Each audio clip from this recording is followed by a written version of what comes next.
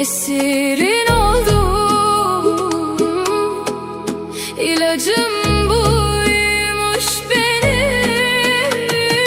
Ta ki seni görene kadar olanlar oldu. Esirin oldum, ilacım buymuş benim.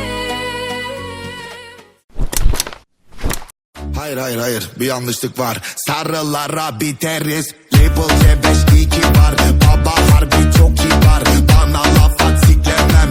Atarlarsa tam bir mal. Aşkım çok pardon don. Aşkım çok pardon don. Aşkım çok pardon don. Aşkım çok pardon don. Bütün kızlar bende var. Bende para çok var. Burnumda hep kırklar var. Var. Tamponu yere bastırdım. Hemen tesisat yaptırdım. Kendimi kaptırdım. Aşkım çok pardon don. Aşkım çok pardon don. Aşkım çok pardon don. Aşkım çok pardon don. Aşkım çok pardon don. Aşkım çok pardon don. Aşkım çok pardon don. Aşkım çok pardon don. Bütün kızlar bende var. Bende para çok var. Burnumda hep kırklar var. Var. Tamponu yere bastırdım. Hemen tesisat yaptırdım. Kıza kendimi kaptırdım. Kendimi kaptırdım.